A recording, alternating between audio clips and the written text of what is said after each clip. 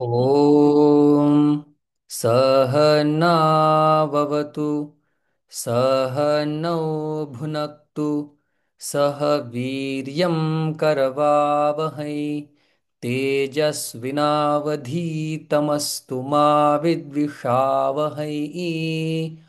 ॐ शान्ति शान्ति शान्तिः। पठामि संस्कृतं नित्यं वदामि संस्कृतं सदा ध्यायामि संस्कृतं सम्यक् वन्दे संस्कृतमातरम्।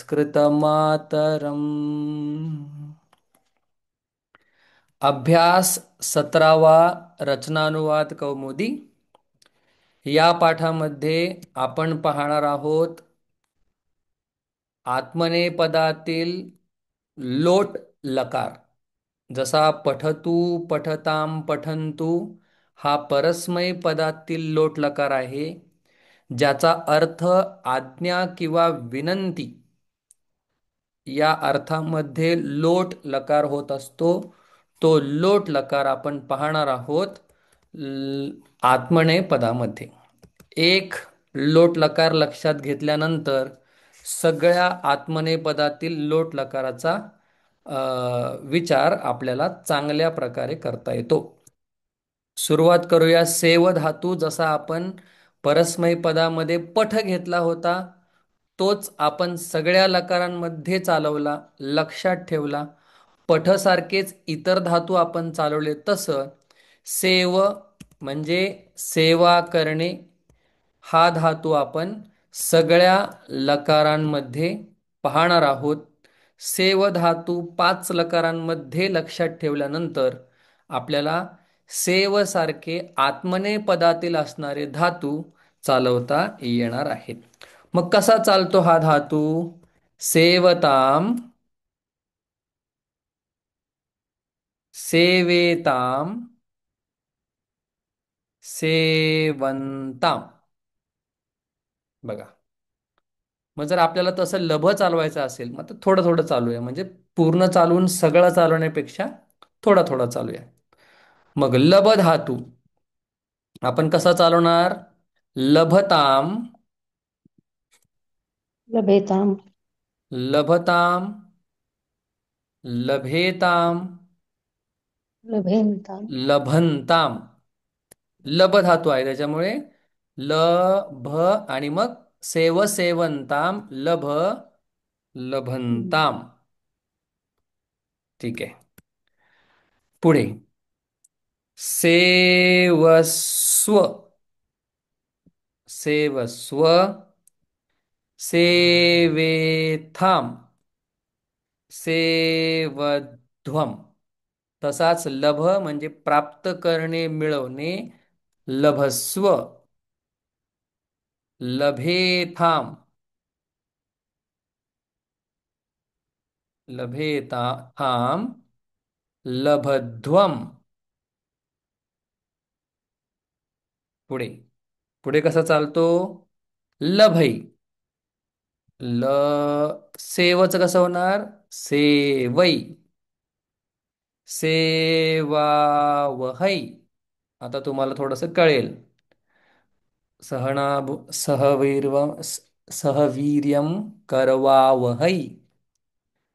पुढे लब सेवामहे. तसं लबच कसं होणार? लभई, लभावहै, लभामहै.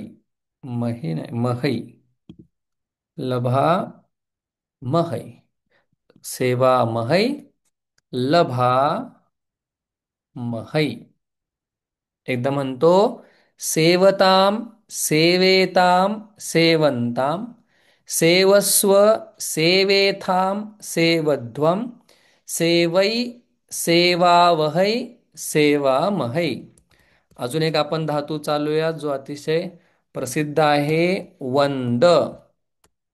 वंदचं कसं होणार? वंदताम, वंदेताम, वंदनताम. जसा सेव वंदनताम तसाच हा. मग वंदन वंदस्व, वंदेथाम, वंदध्वम, ध्वम, वंदै, वंदावहै, वंदामहै. महि मग जेव्हा मला सांगायचं असेल राम नमन कर, रामः वंदताम, राम नमस्कार कर, वंदन कर, वंद. अजून एक फेमस धातू आपण पाहिला होता, त्यातला एक पाहूया. सेवलभ, मुद पाहूया आपण. मोदताम, सेवताम, सेवेताम, मोदेताम, मोदंताम.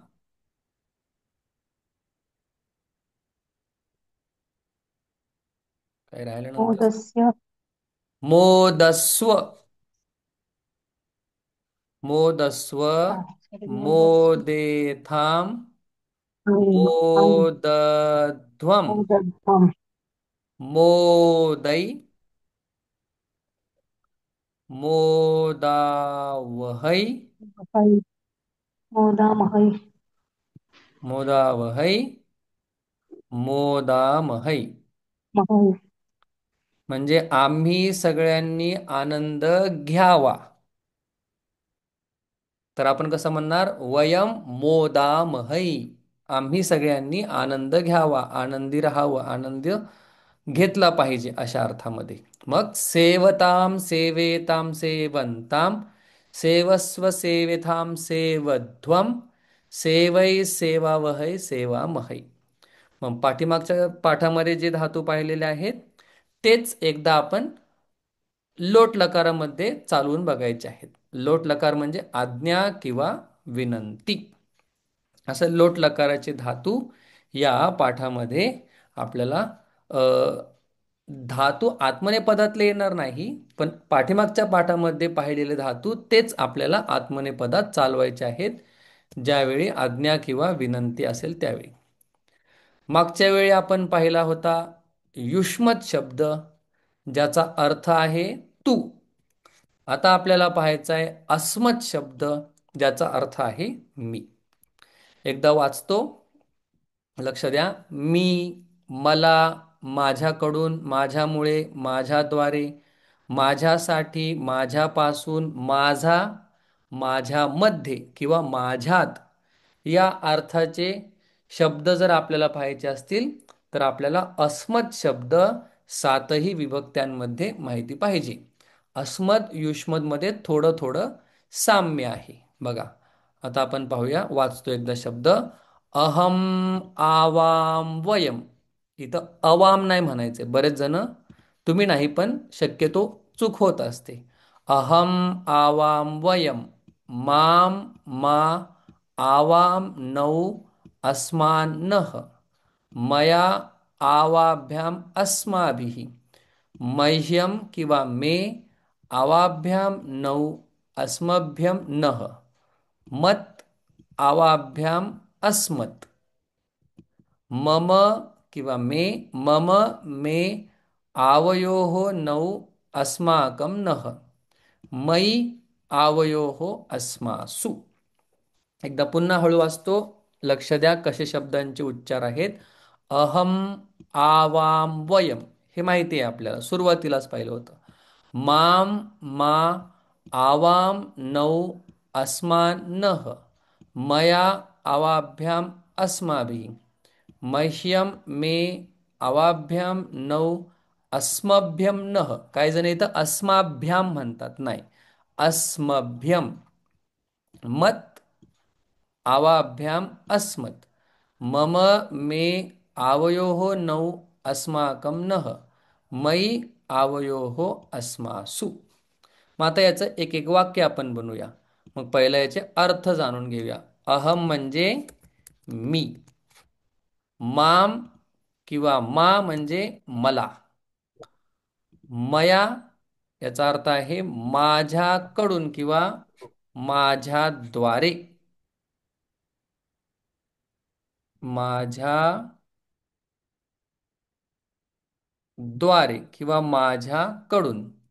मह्यम मे माझ्यासाठी किंवा मला असा पण अर्थ आहे. ज्यावेळी देतो अशा अर्थामध्ये असेल चतुर्थी, राम मला आशीर्वाद देतो, मग मह्यम. मत माझ्यापासून. मम मे मम माझा. मयी माझ्यात किंवा माझ्यामध्ये. आता एक एक वाक्य बनवलं की तुम्हाला याचा वापरही कळून जाईल. अहम अहम लिखामी. अहम मी लिहितो. मला रामः माम लिखती किंवा मा लिखती. राम मला पत्रम लिखती. चला, पत्रम लिखती. राम मला पत्र लिहितो. मया रामः मया सह चलती. राम माझ्यासोबत चालतो. मुद्दामून रामच घेतो. रामः मह्यम अ, शरम किंवा धनुष्यम ददाती. ददाती चतुर्थी आली म्हणजे देण्याची क्रिया आली पाहिजे. देण्याची क्रियासाठी ददाती धातू आपल्याकडे आहे. मत कालच मी भगवद्गीतेचा श्लोक सांगितला. मत्तः परतर मत्तः तो वेगळे. मत अन्यत् किंचिदस्ति धनंजय. तो वेगळा आहे. मत्तः माझ्यापेक्षा. प्रत्यय लागले देखणी ठीक आहे. मत विश्वम मत विश्व प्रभवती. माझ्यापासून विश्व निर्माण होतं. मम गीता कुत्र अस्ति. माझी गीता संबंध. माझी गीता कुठे आहे. मयी माझ्यामध्ये देवः वर्तते. वर्तते म्हणजे आहे. माझ्यामध्ये देव आहे. मग आतापर्यंत आपण फक्त एक वचनाचीच बनवत आहोत. तेच द्विवचनाला अप्लाय होतं. फक्त अर्थ द्विवचनामध्ये घ्यावा लागेल सगळ्यांचा. म्हणजे अ, आम्ही दोघं. आम्हा लक्ष द्या. आम्ही दोघं. आम्हा दोघांना. आम्हा दोघांद्वारे. आम्हा दोघांसाठी. आम्हा दोघांपासून. आम्हा दोघांचा. आम्हा दोघांमध्ये. आता एक वचन आपण लिहितो पण आपल्याला सगळंच आलं पाहिजे. वयम आम्ही सगळे. अस्मान आम्हा आम्हाला. अस्माभिः आमच्याद्वारे. अस्मभ्यम आमच्यासाठी. अस्मत् आमच्यापासून. अस्माकम आमचा. अस्मासु आमच्यामध्ये.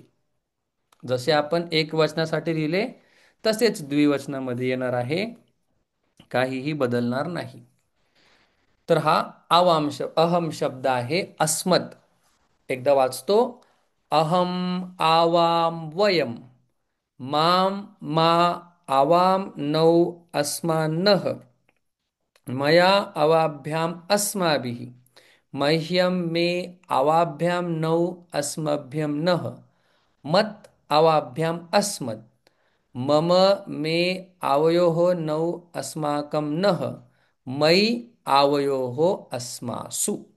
आपण काय पाहिलं मग. सेवताम सेवेताम सेवंताम सेवस्व सेवेथाम सेवध्वम सेवै सेवावहै सेवामहै. लोट लकारामध्ये आत्मनेपदातील. आणि अहम शब्द सातही विभक्त्यांमध्ये. फक्त आता दरवेळी एका वचनात करतो तर आपल्याला द्विवचनाचीही सवय व्हायला पाहिजे. अशा प्रकारे हा अस्मत् शब्द आपण पाहिला. ज्याप्रमाणे आपण मागे हा नियम पाहिला होता. स किंवा त वर्गाच्या पुढे श किंवा च वर्ग आला तर त वर्गाच्या ठिकाणी च वर्ग होतो. ह्याला आपण काय म्हटलं होतं? श्चुत्व संधी. तसंच आता त्यासारखीच दुसरी आपण एक संधी पाहणार आहोत. त्याचं नाव आहे ष्टुत्व. जर ष्टुत्व आपल्याला समजली असेल तर ष्टुत्व समजायला काहीही अवघड नाही. ष्टुत्व सुद्धा व्यंजन संधीतील प्रकार आहे. बघा किती सोपा नियम आहे. स किंवा त वर्ग. त त वर्ग आपल्याला माहिती आहे. थ, द, ध, न यांच्या पुढे जर श पुढे किंवा मागे, हे आपण समजून घेतलंय मागच्या वेळी सुद्धा. स स किंवा त वर्गाच्या पुढे किंवा मागे श किंवा ट वर्ग आला. आता मागे च येत होता, आता ट, ठ, ड, ढ, ण आला तर काय होईल सांगा? स च्या जागी होईल श, त च्या जागी होईल ट, थ च्या जागी होईल ठ, द च्या जागी होईल ड, ध च्या जागी होईल ढ, न च्या जागी होईल ण. आता पूर्ण संधी ऐकून घ्या.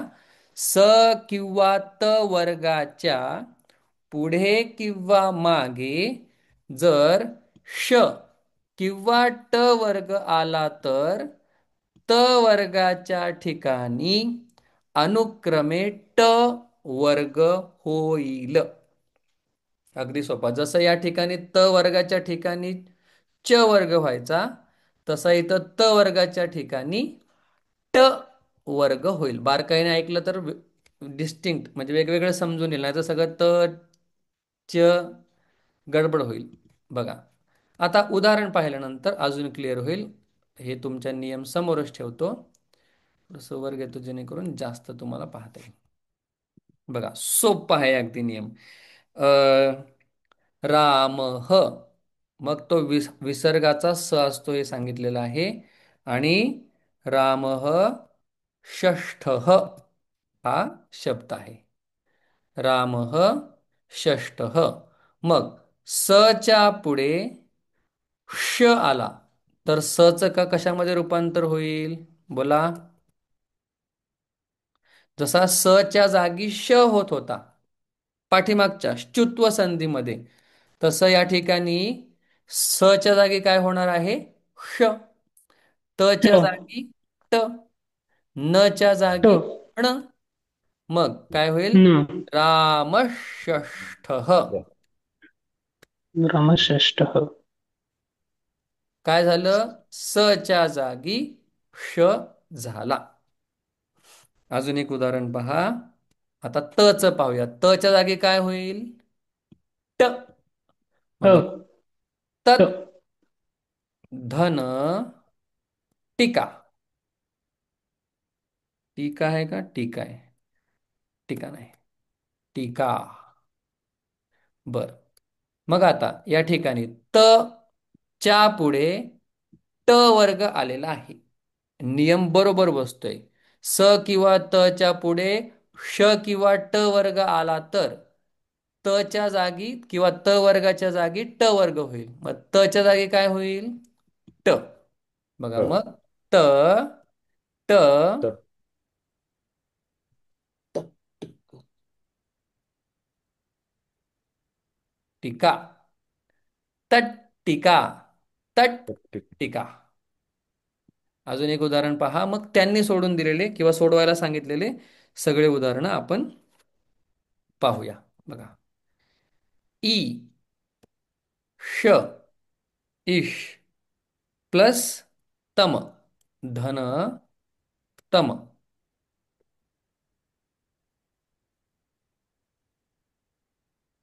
तम. मग आता या ठिकाणी आपण काय म्हटलो होतो? स किंवा त वर्गाच्या पुढे किंवा मागे. मग आता त या ठिकाणी पुढे आलेला आहे. त जरी पुढे आला तरी बदल कशामध्ये होणार आहे? त वर्गामध्येच. त वर्गाचाच श किंवा ट वर्ग होणार आहे. मग आता या ठिकाणी त च्या मागे श वर्ग आहे, श आहे. मग त च्या जागी काय होईल? त च्या जागी ट. ट येईल. बघा, ट. इश. त च्या जागी होईल ट. तर मग इष्टम. इष्टम. इष्टम. इष्टम म्हणजे आवडतं. इष्ट देवता म्हणतो ना आपण, आवडती देवता इष्ट. मग त च्या मागे जरी श किंवा ट वर्ग आला तरी बदलणार आहे त वर्गच. अजून नियम नियम पहा. राश प्लस त्रम. या त्रम मध्ये त आहे. मग हम्म. रा श मध्ये काही बदल होईल का? नाही. बदल होणार तो त वर्गातच. त च्या जागी काय होणार? ट. आणि तो र राष्ट्र. खाली राष्ट्रम. असे 3 उदाहरणं त्यांनी दिलेले आहेत. ओके. अ, 1 2 3 4. 4. आता त्यांनी सोडवायला सांगितलेले उदाहरणं त्यांचाही आपण थोडक्यात विचार करूया. नियम काय आहे? स किंवा त वर्गाच्या पुढे श पुढे किंवा मागे श किंवा ट वर्ग आल्यानंतर स च्या जागी होतो श आणि त वर्गाच्या जागी अनुक्रमे होतो ट वर्ग. न असेल तर ण होईल. पहा आता. सगळ्यात पहिलं त्यांनी सांगितले संधी बनावो. सगळेच उदाहरणं पाहूया. वेळ आहे आपल्याकडे चांगलाच. हरिही प्लस षष्ठ. मग आता स च्या पुढे श. श आलेला आहे. मग ट स आलं. चं काय होणार? श. श होणार. मग हरिही हरिषष्ठ. लयच श झाले. हरिषष्ठ. दुसरं उदाहरण पहा. एतत् टीका. एतत् एतत् टीका. ही टीका. एतत् टीका. ऐका. त्या त च्या जागी काय होईल? त च्या पुढे ट वर्ग आलेला आहे. मग त्या त च्या जागी होईल ट. एतत् टीका. आता समान उदाहरणं असलेले शब्द नाही बघत. अ, उत तचेच सगळे त्यांनी दिलेले. त तच आहे. चला ठीक आहे. हम्म, ईश. ईश नको आता. आ कृष प्लस तह. मग आता त च्या मागे श आहे. तरी पण बदलणार कोण आहे? तच. आ वेगात झालं तर सांगा. आकृष्ट. श नाही बदलणार आहे. स किंवा त च्या पुढे श किंवा ट वर्ग आल्यानंतर बदलणार मात्र तच आहे किंवा त वर्गच आहे. आकृष्ट उत प्लस दीन. आता त वर्गाच्या पुढे काय आलेलं आहे? ट वर्ग आलेला आहे. त वर्गाच्या पुढे ट वर्ग आलेला आहे म्हणून त च्या जागी काय होईल? उड उड्डीनः. उड्डीनः. ठीक आहे. पृष प्लस तम. मग त च्या जागी काय होईल? ट. सो पृष्टम. पाठीमागे. बघा विष आणि नु. आता हे जरा लक्षात देण्यासारखे बरं का. नु. मग बघा न च्या पुढे म्हणजे त वर्गाच्या पुढे किंवा मागे श किंवा ट वर्ग आला तर मागे श आलेला आहे. मग या न चं काय होईल? न च्या जागी न. ण. मग काय होतो? विष्णू.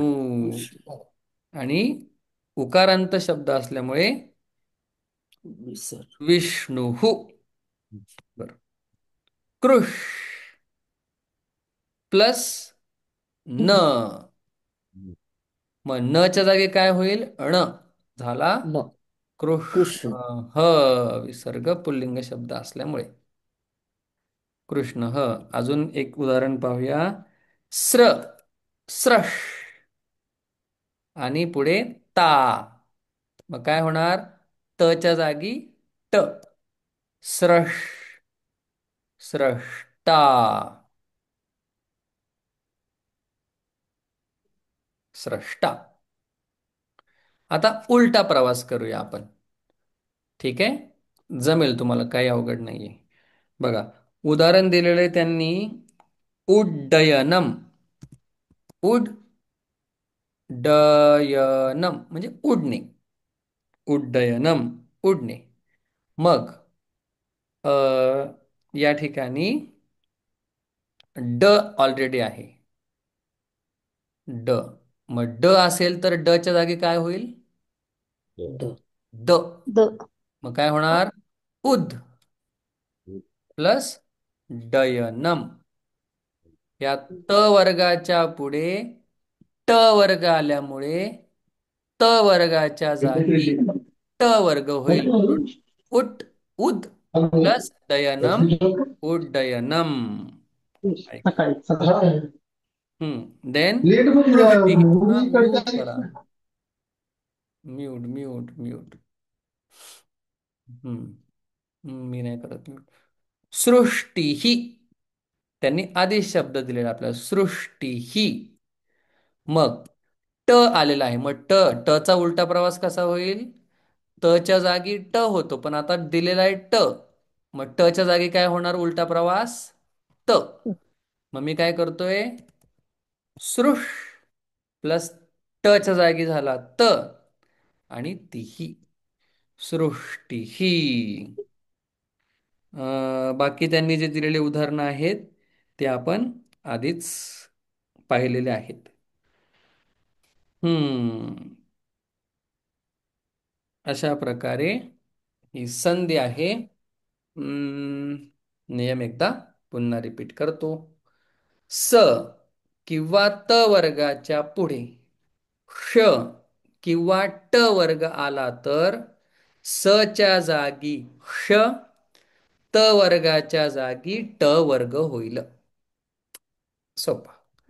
काय पाहिलं? सेवताम सेवेताम सेवंताम सेवस्व सेवेथाम सेवध्वम सेवै सेवावहै सेवामहै. आणि अहम शब्द, अहम आवाम वयम माम मा आवाम नव अस्मान नः मया अवाभ्याम अस्माभिः मैषम मे अवाभ्याम नव अस्मभ्यम नः मत अवाभ्याम अस्मत् मम मे आवयोः नव अस्माकं नः मयि आवयोः अस्मासु.